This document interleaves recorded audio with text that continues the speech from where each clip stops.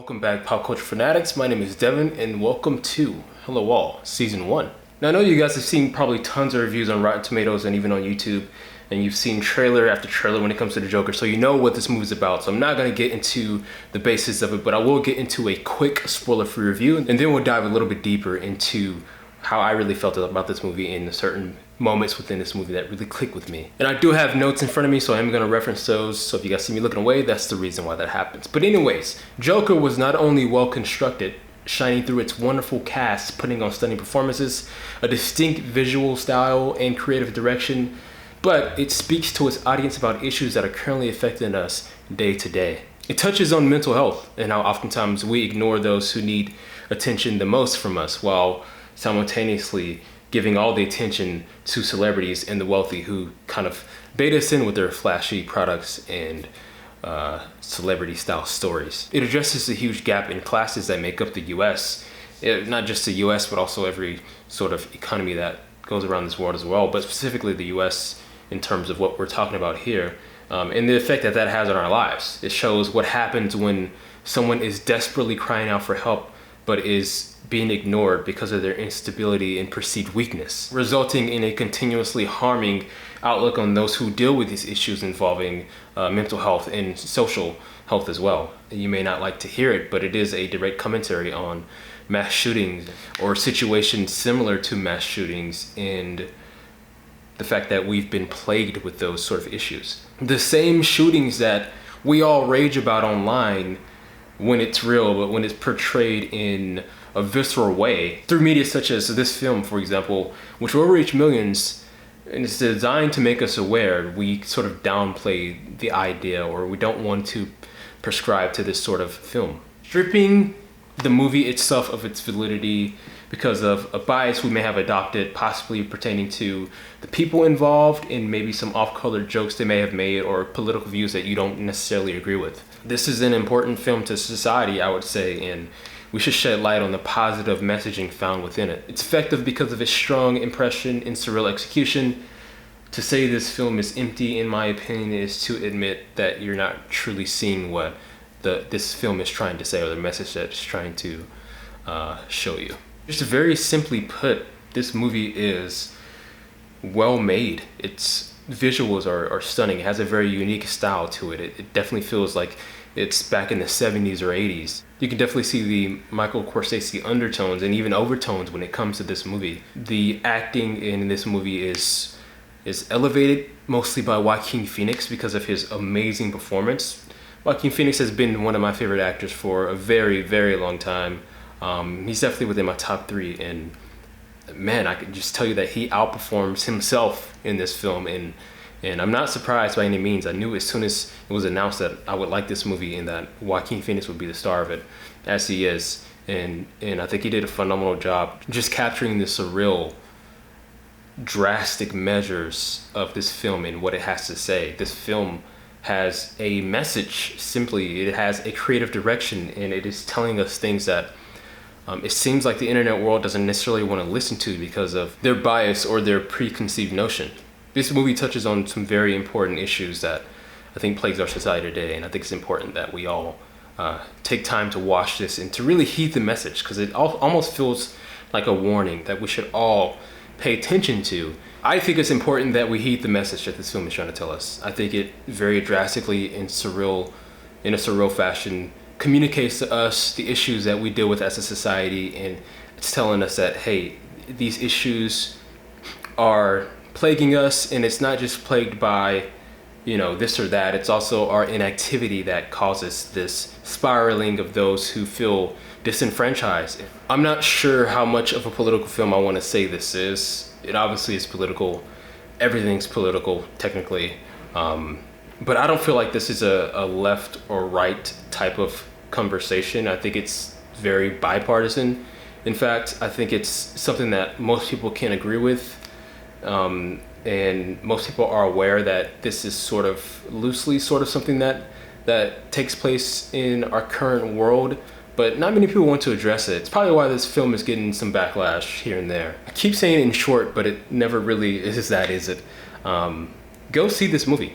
I give it a 4.5 stars out of 5. Go see it for the reasons I give now and the reasons I gave before. Definitely go see this. Joaquin Phoenix as Arthur Fleck encapsulates what it's like to suffer from mental health issues while being ignored by the same society that helped create him. From the shortcomings of his career to the abuse he receives from strangers and possibly those a bit closer to him than you may imagine, Arthur's mental health spirals until it is beyond reach. Joker is an important film. It utilizes the ever-growing popularity of the comic book genre to capture the allure of today's movie-going audience, spritting a message that is too important to be ignored. This film is much more than just entertainment. In fact, it is a visceral truth wrapped up in a box, taped with a pretty bow for its receivers to hopefully accept such a deceptive gift. Beyond the famed storyline of a crazed supervillain obsessively chased around by a man wearing a bat suit, lies a commentary on a dangerous subculture that unfortunately exists in real life. Mental health, a culture that idolizes the wealthy and famed while ignoring those crippled by a broken system, desperate violence and mass shootings, these are all topics that Joker touches on. This film is much like a combination of specific grains and beans. Alone, some of the pieces in a trailer, for example, may seem surface level and a bit shallow, containing only a few important pieces to a whole. That is in reference to incomplete proteins, of course. But once viewed in its entirety, this film is complete, chock full of numerous amino acids which compile to form a complete protein. Much like a complete protein, we need to see this for the sake of our society's overall health. In case you guys need explanation, we have entered spoiler territory, so please, if you haven't seen it, check out. If you have, let's talk about it. Joaquin Phoenix's Joker is inevitably going to be compared to Heath Ledger's Joker.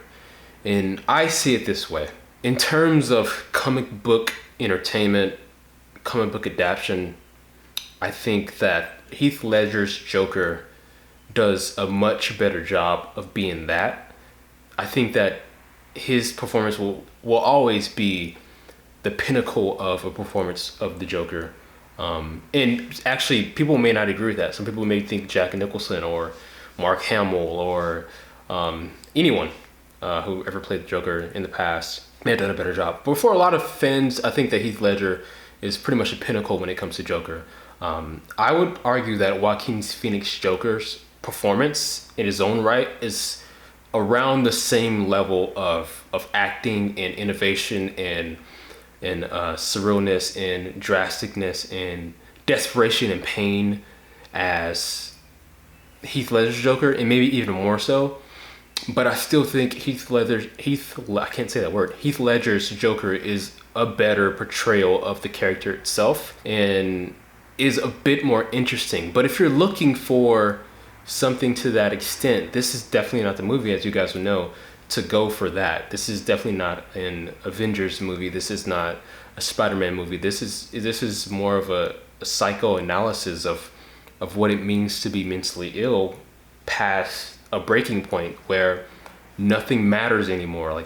Like nothing that you can say or do can change the mind of a person who has gone this far off the edge. And a lot of this is due, it can be argued, a lot of this is due to the fact that our inactivity when it comes to defending these sorts of people or dealing with these sorts of issues has caused a ripple effect of generations of this dismissal leading to things such as this. And I think that's what the film is trying to say, that not only is it about the clear actions of people like the kids, for example, who ruined him, or his boss who fired him from his job, or the guy who gave him a gun and led him down this path, or his mom who was an abusive mother as a child, or rather negligent but sort of enabling when it comes to her boyfriend who was allowed to abuse him. Not only was it that, but it was also the people who as Arthur's running down the sidewalk, he's begging them, please stop them. This is my job. This is my livelihood. That sign, not only does it play a big role later on, but that sign means something to him because that is his job. That is how he makes a living. And he's begging these people, stop them. And no one's paying attention to him. Gotham has done this to Arthur. Another thing about Joaquin Phoenix performance is, and not just that, but the way Todd Phillips and the writing team or whatever, the cast and crew put this together, You know, out of all the time that I've read the Joker in the comics, or I've watched him on the animated series, or seen him depicted in multiple movies, I never imagined the Joker's laugh being a forced hindrance on him and his health. In this film, the Joker's laugh is a condition. So this is actually a real condition. I've seen a guy on YouTube who actually has this. Not on YouTube, but the videos on YouTube where he has this involuntary, laughter that happens, and when it happens, it goes on, unwantedly, and it pains him and it hurts his throat, and he chokes up and he holds his chest. And Joaquin Phoenix does a great job at portraying that through his Joker, that he has a condition that causes him to laugh regardless of how he's feeling, and it's just this involuntary reaction that happens to him, and it plagues him the entirety of the movie, and it actually is detrimental to him because, like, for example, when he was on the train, he was constantly laughing the entire time, because whenever he gets put into like an anxious situation, or whenever he's feeling stressed out, he'll burst out into this laughter involuntarily. And when that happened, these guys started attacking him, and that's when he eventually killed the guys and went on to go down the path of becoming the Joker.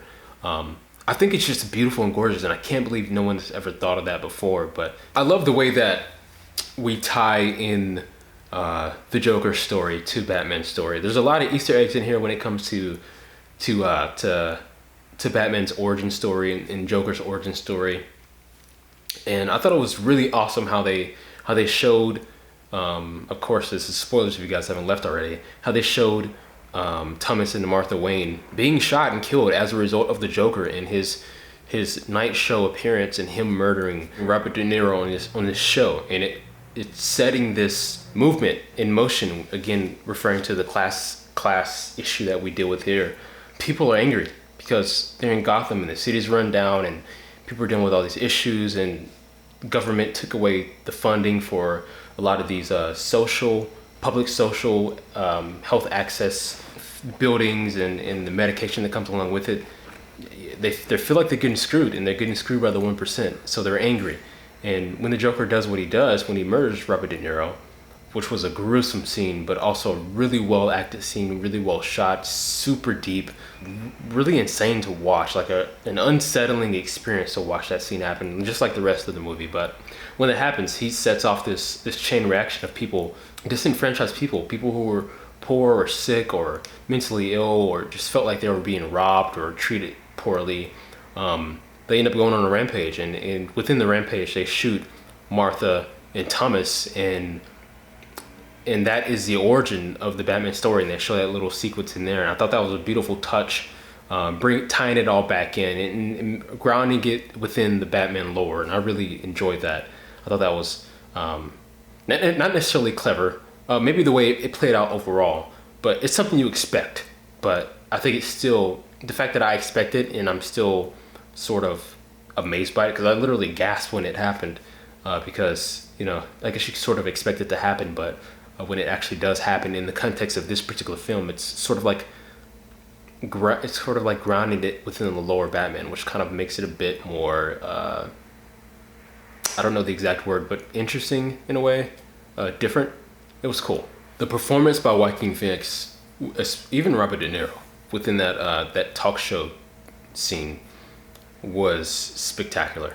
And I told a friend at work, if you were to take Joaquin Phoenix in this film and place him in any other film, so acting wise, I think he outacts every single actor that has ever existed with this performance here. I can't really think of anyone else who would outact Joaquin Phoenix, especially in this film. I think you could literally plug and play him in any film, and he would be the best actor in all those films.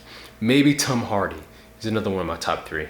Tom Hardy maybe, but other than that, there's not many actors I think that could do what Joaquin Phoenix does here. And in this talk show, this late night talk show sequence, just the things that happened made me cringe, because it felt so real. It felt like everything was on the line there. And we see him practicing his performance once he gets invited on the show. and he planned on killing himself, but he turns the gun on Robert De Niro's character, which shocks the studio and shocks the world and literally sets off this chain reaction of insanity that goes on within Gotham. And I would love to really explore what all this means for the rest of the lore of Batman as a whole. I would love to see spin-offs of this, but I would not be surprised if this was just, as they mentioned, to be just a standalone film, and that be it. But I would love to see Joaquin Phoenix encapsulate this role again. I would love to see him take it on and keep that mental going and see where this takes us, because I think they've done some spectacular things. As I mentioned, acting is fantastic. I would expect Joaquin Phoenix to get an Oscar, but everyone's so butthurt about this movie because they're perceiving it through the lens of violence only. They're saying that it promotes an incel's sort of thought process and lifestyle, and it makes them feel validated. But that isn't the point. The point is to be a warning to everyone that, hey, this is a reality. These things have happened. Maybe not to this extreme, but I think it's meant to be extreme to show you that this is a very real possibility. We've seen all these issues happen within this film, and it's time for us to do what we can to make a difference. Just the little things within this film add up, and it all makes total sense. And I'm so glad that I saw the movie, and I'm so glad that it was created. And I'm looking at Rotten Tomatoes right now, and the tomato meter was fresh, so it ended up being 69%, which was great. The audience score, though, is 93% right now with over 3,000 ratings in. So I am excited that it's getting the recognition it deserves, and I just hope that DC continues to go in the direction of this bold, dark, not necessarily have to be dark, but bold, daring social commentary, regardless of political statement or regardless of political bias or affiliation. I think it does walk a tightrope when it comes to being neutral, and I appreciate that, because no one likes when views are thrown in their faces. But I just think it does a good job of being a great film overall. Like I said, I do expect Joaquin Phoenix to get. I would expect Joaquin Phoenix to get an Oscar from this. But or even Todd Phillips, or even the visual team or whoever. The score also was great. But with all the controversy surrounding it, I'm not sure that it would, and it's a shame because I think it's a shoo-in if it were to be the case. So yeah. Anyways, hope you guys enjoyed the review. Leave a like if you enjoyed it, and if you do enjoy more comic book related stuff, pop culture, movie breakdowns, reviews, etc., video essays, subscribe, check out my previous videos as well as my reactions and my podcasts, and you all have a good day. Thanks.